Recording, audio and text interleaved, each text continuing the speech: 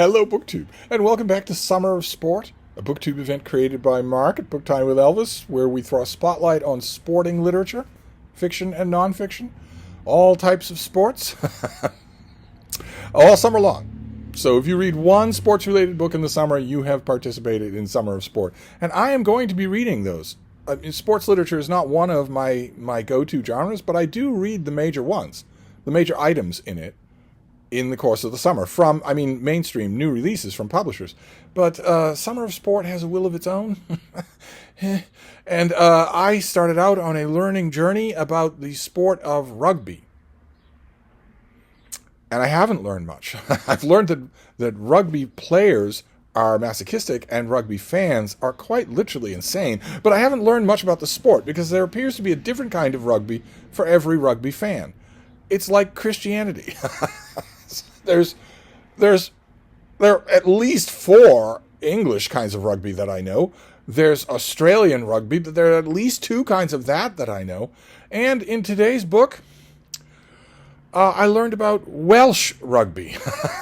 Who knew? Who knew? This is a book by Matt Peters. It is, once again, a gay rugby romance. But unlike so many other of the gay sports romances I've been reading, I get the strong impression that Matt Peters is not a pen name, and that he is, in fact, a real person. This is called Pitch Prince. It's book number 1 in the Rocking Rugby Men series. And its heart is in the right place, but it is not even remotely believable. From what I know about rugby, it's not even remotely believable. It is a fantasy. It's wish fulfillment fantasy. Maybe I'm wrong. Maybe I'm wrong about the people who play rugby, the people who manage rugby, the people who finance rugby, and the people who watch rugby. Maybe I'm wrong about them in the aggregate, not, of course, the individual exceptions. Because the star of this book is Rhys Prince. That's actually his last name. And he is an up-and-coming phenom in Welsh rugby. Who knew there was such a thing? And here's where we strain, what I think we strain credulity here, is that he is not only slight and wispy, and the word in the gay circles would be a twink, when I don't think you could be that and play rugby even in Wales. But we're told that he's really fast, that he's zippy fast. I don't think that would help you when you were surrounded by man mountains in a locker room. Not only is he that, which doesn't strike me, it doesn't strike me that there is a place for that in rugby, unless Welsh rugby is fundamentally different from the other kinds I'm reading. But also, he's gay, and flamboyantly gay, outwardly gay. He is out and proud gay. And I don't know. I might be misjudging an entire sport and an entire fandom, but I don't think that's possible. Especially not looking and acting the way he does. He is a phenom on the team when he meets Callum Anderson, who is Scottish rugby. So he's the enemy, I guess. Are these things different rules? Do they look different? Every person who's gotten in contact with me about rugby has said, well, the other kinds of rugby they're talking about aren't real rugby. Mine is. And there seem to be minor or even major variations in how the game is played and watched and cheered, especially how it's judged. It seems like there are some kinds of rugby where if 3 guys slam into someone on the rugby pitch, and the person is still technically alive, he'll never speak again, he'll never feed himself again, but his heart is beating on its own without mechanical assistance, then it's not even a foul.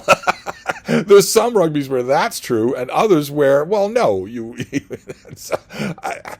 One way or another, I don't think that Rhys Prince would get very far or last very long in any kind of rugby.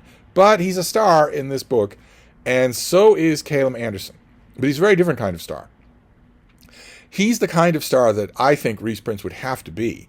He's a little older. He's approaching the end of his career. He's an established family man. He's been married to his wife for 10 years. They have 2 children.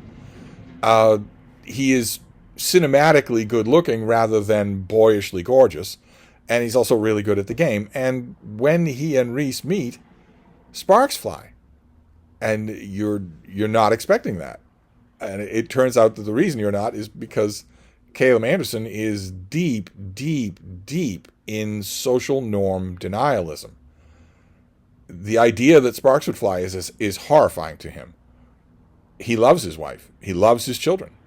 Even though when he tells her that he's gay, her reaction is strained. Her patience is strained just a bit. And her mother's reaction is exactly what you'd expect. It's unbelievably bigoted. It's unbelievably dark.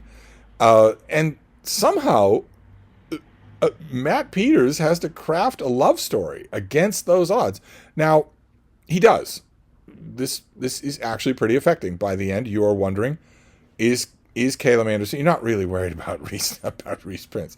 You're not really worried about him. But you're worried about Caleb Anderson. You're worried how much of your life are you going to have to destroy to get a life you actually want, a life that's completely honest for you. You are wondering that, and that takes some skill on the part of the author to make you wonder that. By the end of the book, I was wondering that, and in order to do that, I think something has to be pitched over the, no pun intended, has to be dumped over the side of the sled, because otherwise you'll have too many balls in the air. Again, no pun intended. And the thing that is dumped over the edge here is rugby. The last rugby romance that I talked to you about. Oh, God. Here's a sentence I don't like to start. The last rugby romance that I talked to you about did manage to get the rugby parts not only right, but interesting, exciting even. And this book doesn't really do that. The rugby is very much a background thing for what else is going on, for the emotional stuff. I didn't so much mind that, because I would read this author again. He's actually pretty good at the emotional stuff. So you want to know that going in, so to speak, into this novel, but you're not going to go into this novel. I don't know how many of you are being sold on gay rugby romance by these videos. I'm going to try really hard. I have been trying. It hasn't worked. I'm going to try really hard to pull away, no pun intended, to pull away from gay rugby romance, even if that means going to a different sport. So I may do that for my next summer sport video. I'm going to try. My Amazon algorithm now is entirely flooding me with gay rugby romance. It turns out there's quite a bit of it.